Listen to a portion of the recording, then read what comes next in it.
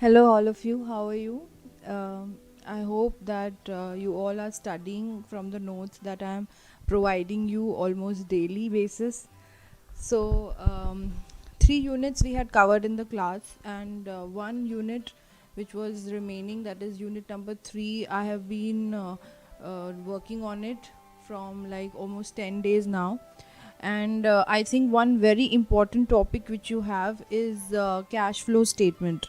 And children, don't take it lightly. I know you are from the BCA group and nothing much to do with accounts and financial management, but all I have been trying to tell you from day one is that this is a very scoring subject for you actually, because whatever basics are being discussed with you are actually from class 11th and 12th. So if you just read the questions that I gave you and work on the notes that I provided you with, then I think that will be enough for you for this semester. And like I said in the previous classes also I've taken in the BCA semester. So the result has always been good, and the highest has even gone up to 83. So instead of looking at this subject as a challenge, you should just take it up as one of the subjects which will help you to increase your percentage in this semester.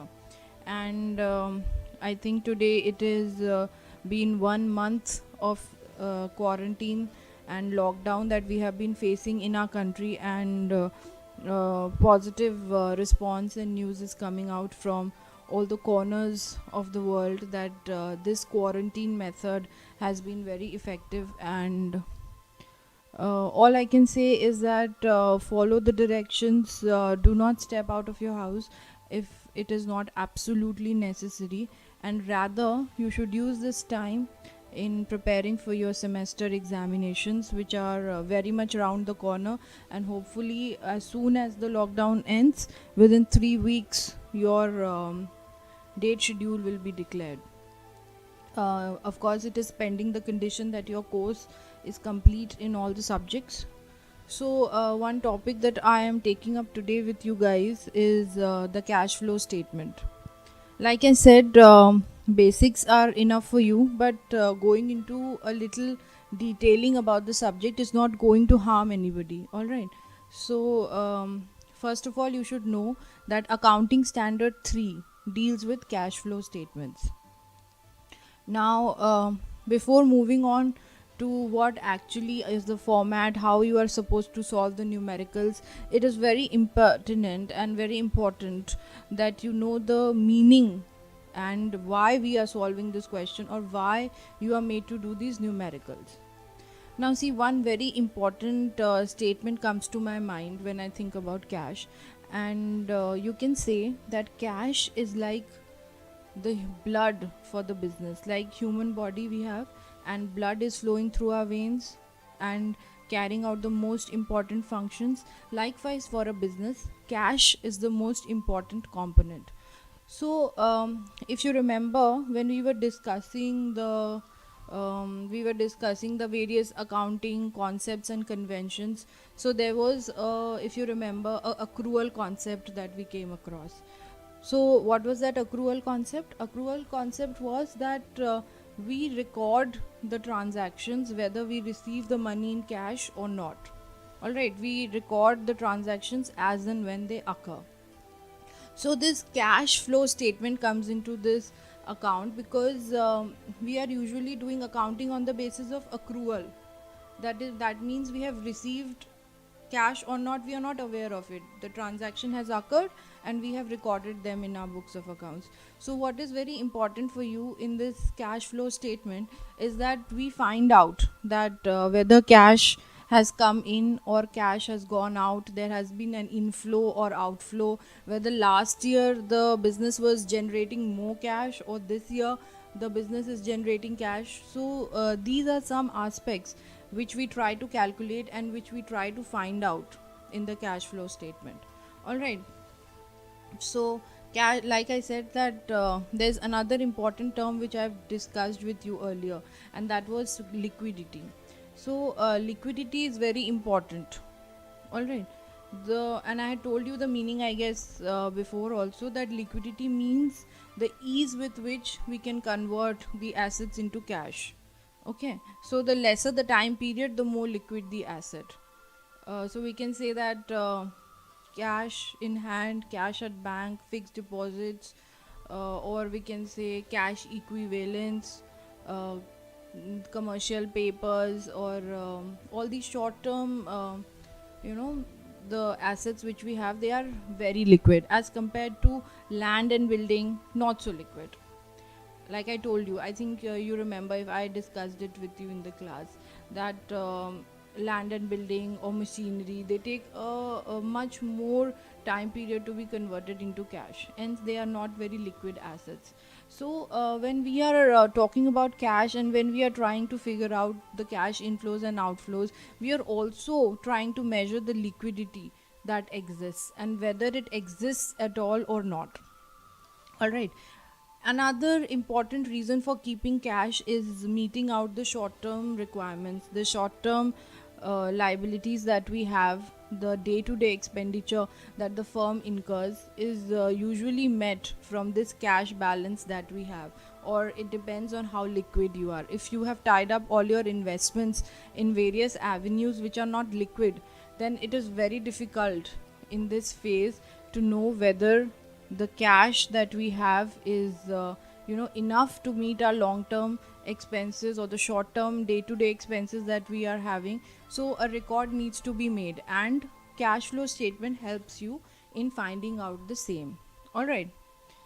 Another important thing which I feel that you should know about this topic, as it is given in the book also and the notes which I shared with you, that there are three most important activities which are outlined in this cash flow statement, and they are the investing activities, the financing activities, and the first one, that is the operating activities.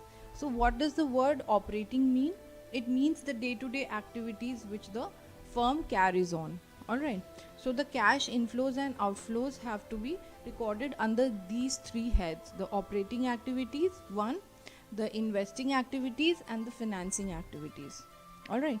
So operating activities, basically we'll be dealing with the current assets and liabilities, and whether cash is coming in or cash is going out. The transactions which will occur will help you in deciphering and coding where to put which transaction. All right. Now comes investing activities. Basically it is related with fixed asset acquisition. So remember children, when you are buying a fixed asset, then what is happening? I already told you, one act of the business, one transaction affects two accounts. So if you are buying a fixed asset, what happens? You are getting the fixed asset, that means debit what comes in, but it is also effective one more account, that is credit what goes out. So what is going out when you are buying a machine? You are getting the machine, but what is going out? Cash is going out supposedly. So in this transaction, let us assume, so if cash is going out, then that activity will known as the cash outflow, and it will be recorded in the investing activity. All right. Now suppose one plant has become old and you want to discard it, you want to do away with it, you want to sell it, then what will you do it? You will sell it. So again two accounts will be affected. Machine is going out, but you are getting something in exchange, right? That means that you are getting cash in exchange.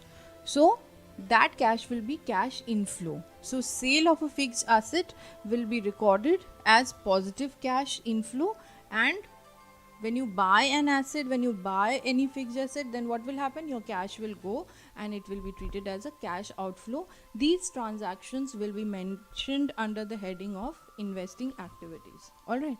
And finally comes the financing activities. And because you have studied a unit of financial management also, if you remember, that time value of money, compounding, discounting, all that I've taught you, so you must know that financing, what do you understand by financing? It is basically when you raise short term loans or long term borrowings from the banks you make, or you issue equity shares, debentures, or these loans you are taking, these activities will come under the financing head. All right. So if you are issuing equity, what happens? जब आप share issue करते हैं तो आपको क्या मिलता है उसके बदले में? पैसा मिलता है. तो that means it is a cash inflow. All right. आप डिबेंचर इशू करते हैं. What is a debenture? It is a form of a loan. All right. आपने डिबेंचर इशू किया तो आपको क्या मिला? आपको कैश मिला. All right. तो when you are issuing a debenture और यू इशूइंग प्रेफरेंस शेयर्स और you are issuing equity shares, then what is happening? You are having a transaction which is helping you with cash inflow. All right. But suppose that the conditions are such that you have to repay the debentures, you have to repay the preference shares, you have to repay the loans. Then what will happen? When you are repaying something, then that is an activity which is known as a cash outflow. So again, these activities will come under which head? These activities will come under the head of your financing activities. And finally, the operating activities. So operating activities has got a very nice shortcut, and I hope you remember, as I have provided you with the format, that you have to add the decrease in current assets and increase in current liabilities, and you have to subtract the increase in current assets and decrease in current liabilities. Alright, so this is the small trick that has to be done, and of course for this you need to identify that what are current assets, what are current liabilities. Trust me children, if you go through the balance sheet format which I told you, so you will be able to find most of it over there. Alright, and of course even in short questions in the first part, which is compulsory, you don't even have a choice. There you might be asked that give 2 examples of current assets, give 2 examples of current liabilities. So it is better that you prepare the format in full, so that any such question comes and you're not in a fix that what should I do, I don't have any options, this is a compulsory part of the paper.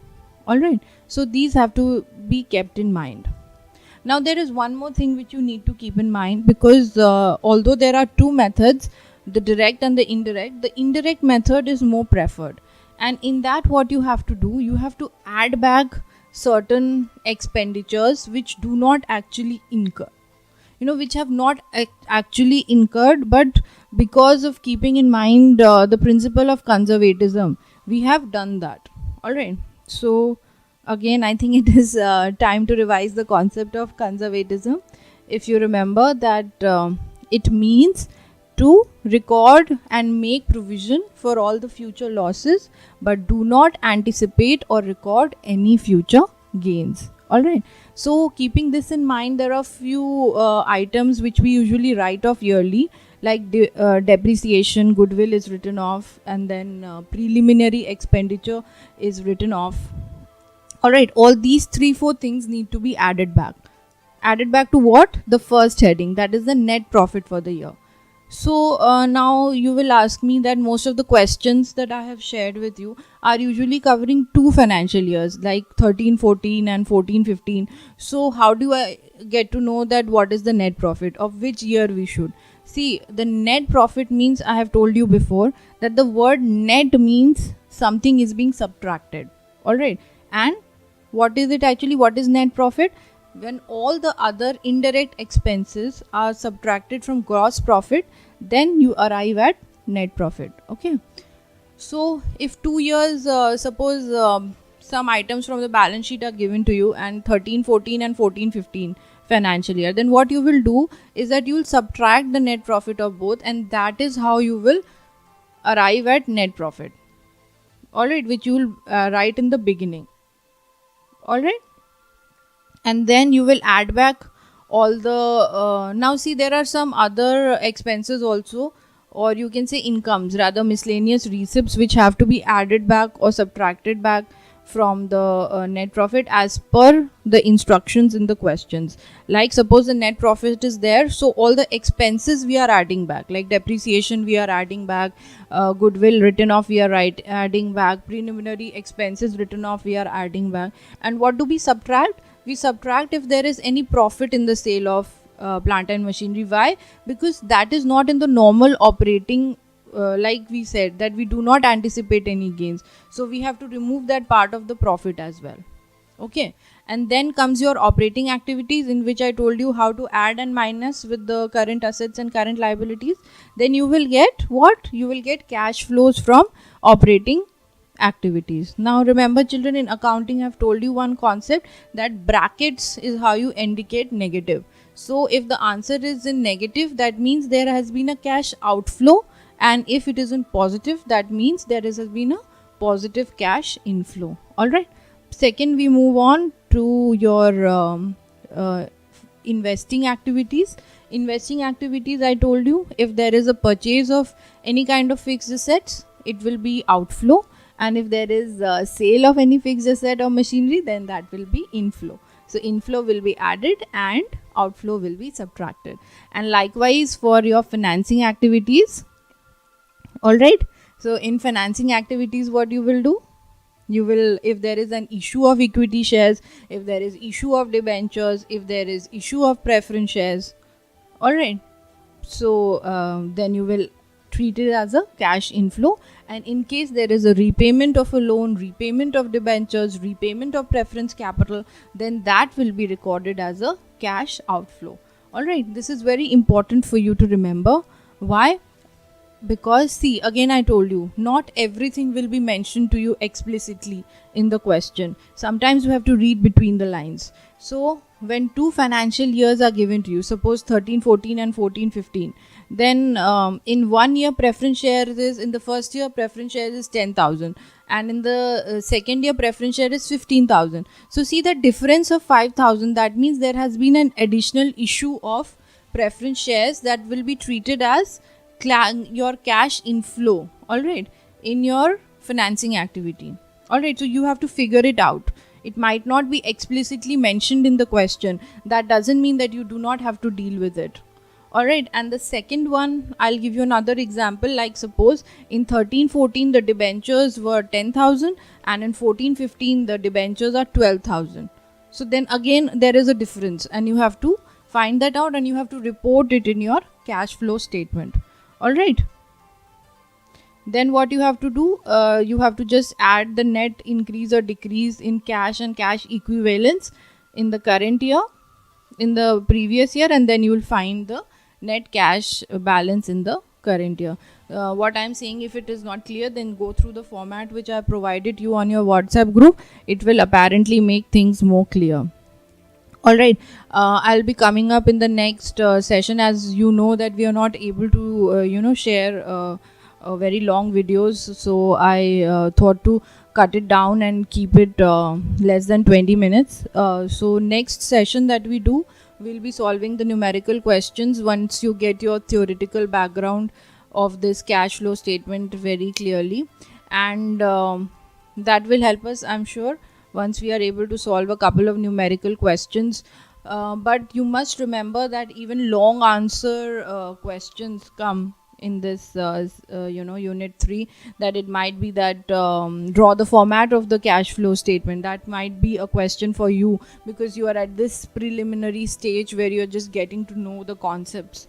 And another question might be the advantages and limitations of cash flow statement, or why we need to make the cash flow statement, or which accounting standard governs the cash flow statement. So these few things you need to keep in mind, and then next video I'll be coming up with the numericals, and the third video after that I will be coming up with some explanations regarding the ratio analysis. The formulae I have already provided to you, so I hope that when we come to solving the numericals, you have the formula in your mind, and you'll be able to solve them.